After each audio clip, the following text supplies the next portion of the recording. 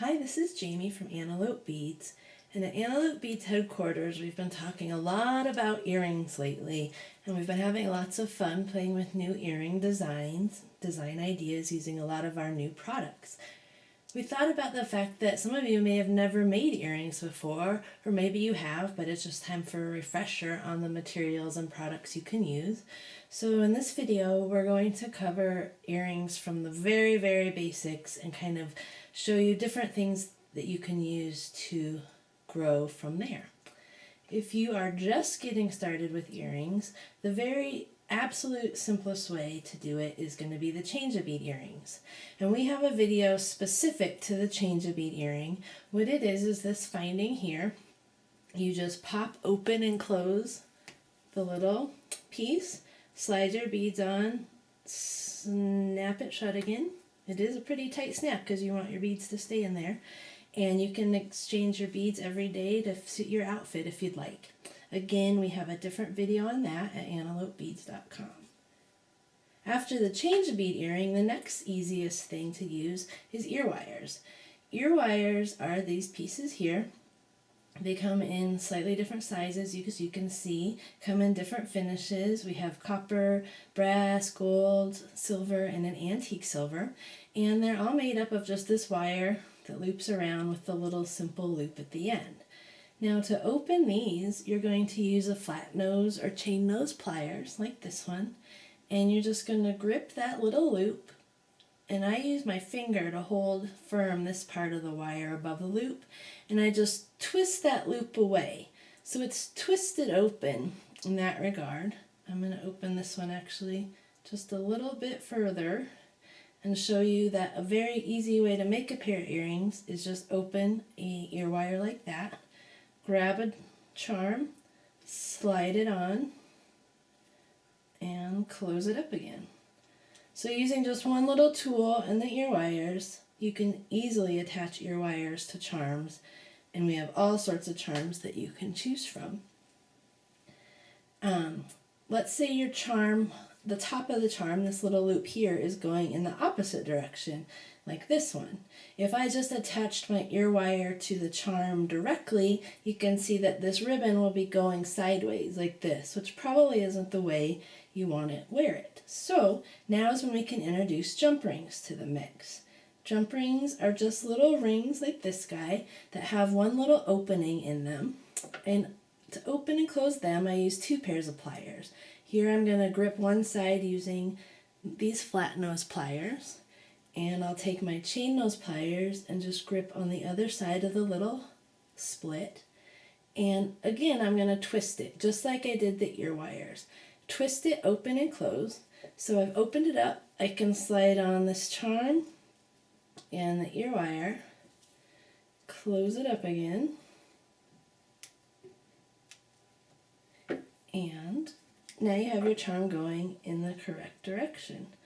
Another thing I like to do sometimes with the jump rings like this is use maybe a slightly smaller size, but use two of them together. I'm not sure if you can see that there, but I have two little 4mm jump rings, and it just provides a little bit of a different look by having that little extra weight of the metal there. So you can always double up your jump rings, and it's a way to even start experimenting with basic chainmail techniques. After jump rings and ear wires, the next step is probably going to be head pins and eye pins. Head pins are these little pieces here. They are usually a 2-inch piece of metal. The ones that you'll get from Antelope Beads are all 2 inches. And at the end we have this little flat piece, just a little flat stopper for your beads. So for ear or head pins like this, you can take any bead, like this little copper pewter bead here, slide it on, and you can form either a simple loop or a wrapped loop to finish it off. Now we have detailed wire wrapping video on wrap loops at antelopebeads.com, but I'll just go over it again real quickly here. And again, for more details, please see the other video. So I have my bead on the head pin, and I'm just going to grip it using my flat nose pliers. You could also use your chain nose pliers. And then using my fingers, I just make a firm 90-degree bend there on the top of the wire. Next, I'll take my round nose pliers, these guys right here, And I'm going to hold this head pin like so and just grip the head pin with my round nose pliers a little bit away from the bead. Next, I put my thumb there and finger to hold the bead, and I just kind of roll the round nose pliers away from me. When I get to the top of that little bend that I just made, I'm going to stop rolling, and then I just use my fingers to bring it the rest of the way around. Now I could stop here and just use my cutters and trim off this little piece, and that's going to give me a simple loop, which is just a loop that's very similar to the loop on the ear wire, and you would open and close it the same way to attach it. This one I'm going to go ahead and finish up into a wrapped loop. So in that instance, I take my pliers and I'm going to hold on to that loop. Then I'll take another pair of pliers and wrap the wire around the space between the bead and the loop and fill it in with wire wrapping. So I'm going to just keep twisting it around a few times. I like to double it up, the wire over each other. But again, all these details are going to be in the wrapped loop video.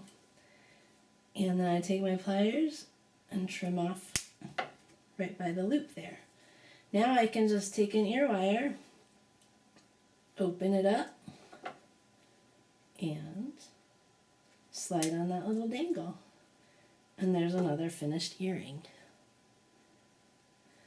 Eye pins work the same way, but instead of the stop at the end, they have a loop already. So what you could do in this instance is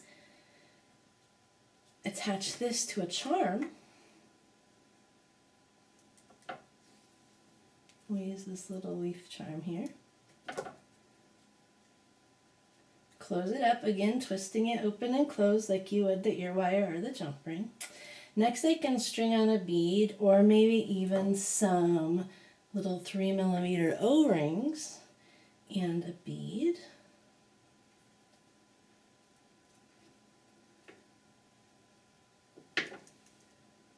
And I can then finish this off in the same way using the wrapped or simple loop. We'll just do a simple loop this time.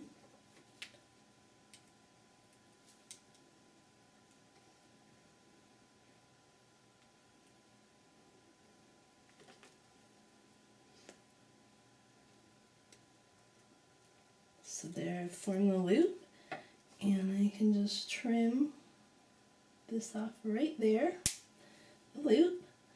And in this instance, let's say we want to even add some chain to our earring design. So I'll open this loop and attach it to the end of a piece of chain. And again, I'm opening and closing it in a twisting motion. Now we'll close up that loop again.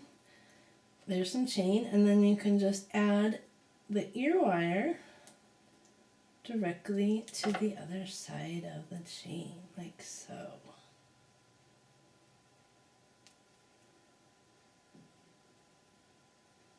Oops.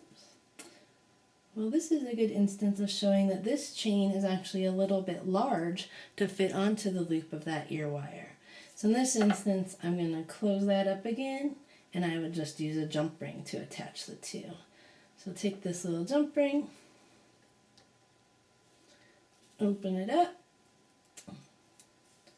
and attach it to both the chain and the ear wire.